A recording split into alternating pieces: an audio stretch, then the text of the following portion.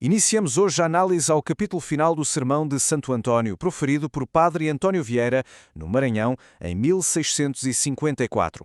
Este sexto capítulo constitui o remate de toda a complexa arquitetura argumentativa do sermão e é por isso um momento de particular densidade retórica. Para compreendermos a sua função, é preciso situá-lo na estrutura da retórica clássica que Vieira domina e aplica com absoluto rigor. O último capítulo de um discurso formal designa-se por ação. É aqui que o orador recolhe os fios da sua argumentação e a consolida definitivamente. Ora, a puração não é um simples resumo. A sua função é, na verdade, dupla. Por um lado, sim, recapitular as linhas mestras do argumento, mas por outro, e de forma fundamental, tem como objetivo mover afetivamente o auditório, tocar as suas emoções para garantir a persuasão final. Recorde-se o percurso do sermão até este ponto. Após o exórdio, o sermão dividiu-se em duas grandes secções. Primeiro, os louvores às virtudes dos peixes, que serviram para criticar os homens, por contraste, e em seguida as repreensões aos vícios dos peixes, que espalham diretamente os vícios humanos. Entramos, portanto, no momento da conclusão. Vieira articula este capítulo final em torno de um aparente problema teológico, uma desconsolação que, segundo ele, afligiria o seu auditório de peixes. É a partir desta premissa que ele irá construir uma notável inversão de lógica.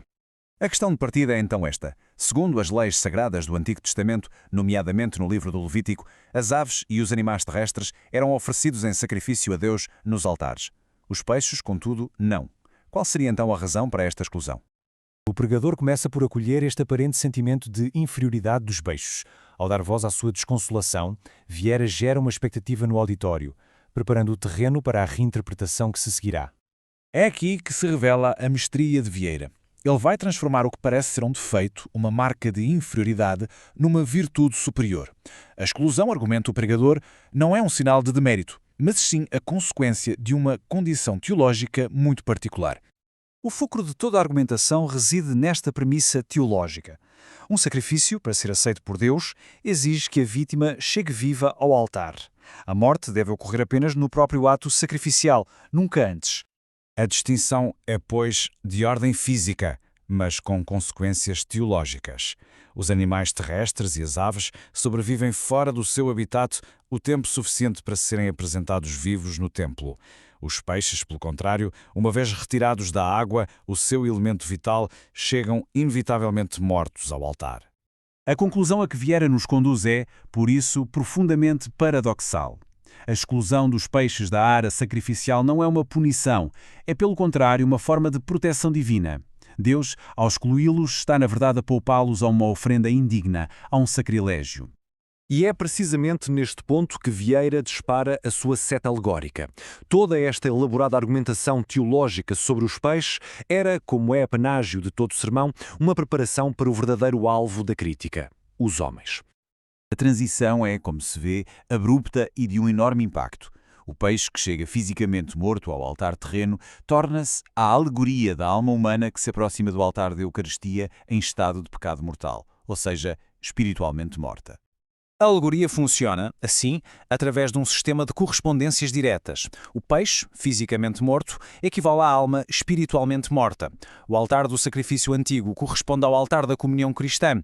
E a proteção divina, que impede o sacrifício indigno dos peixes, é precisamente o que falta aos homens que, através do seu livre-arbítrio, cometem o sacrilégio de comungar em pecado. O sermão atinge aqui o seu clímax, com uma completa e audaciosa inversão retórica. O pregador, que até agora falava aos peixes, passa a falar pelos homens, expressando inveja da condição dos próprios peixes. Esta exclamação dramática encerra a conclusão do argumento. Aquela natural irregularidade, ou seja, a incapacidade natural dos peixes para o sacrifício, que no início parecia uma desvantagem, é agora apresentada como uma bênção, como uma vantagem em relação à condição humana. Vieira passa então a enumerar essas vantagens. A bruteza, isto é, a ausência de razão e de livre-arbítrio, o alvedrio, impede os peixes de cometerem pecados.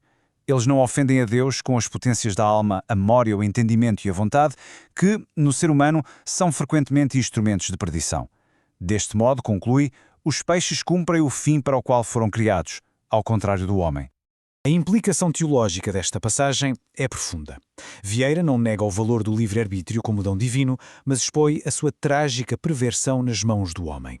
A condição segura e instintiva do animal torna-se, no paradoxo retórico, preferível à liberdade humana quando esta é usada para ofender o Criador. O sermão caminha para o fim com uma bênção formal. Esta bênção, dirigida diretamente aos peixes, sela toda a argumentação de uma forma litúrgica e definitiva. Vieira recorre ao latim, citando o Cântico de Daniel, o que confere uma enorme solenidade ao fecho do sermão. A tradução é: bendigam o Senhor, monstros marinhos e tudo o que se move nas águas. Note-se que a bênção se foca exclusivamente nos dons naturais, o seu número, a sua agilidade, a sua beleza, o elemento em que habitam. Os peixes devem louvar a Deus por cumprirem a sua função na ordem criada, que é, em última instância, servir de alimento ao homem. O seu papel é, portanto, confinado à ordem natural. E aqui reside a distinção final e absolutamente crucial. Aos peixes, por serem seres irracionais, está vedado o caminho da salvação, o acesso à graça divina e à glória celestial. O sermão que lhes é dirigido termina, por isso, na ordem da natureza. O sermão dirigido aos homens, pelo contrário, deveria ter como fim último a ordem sobrenatural. Deste modo, a conclusão da análise torna-se clara. Ao louvar os peixes por cumprirem na perfeição o seu desígnio natural, Vieira, por omissão e por violento contraste, lança a mais severa das condenações sobre os homens. Aqueles que, tendo sido dotados de razão, liberdade e fé para alcançar a glória, escolhem ativamente a perdição espiritual.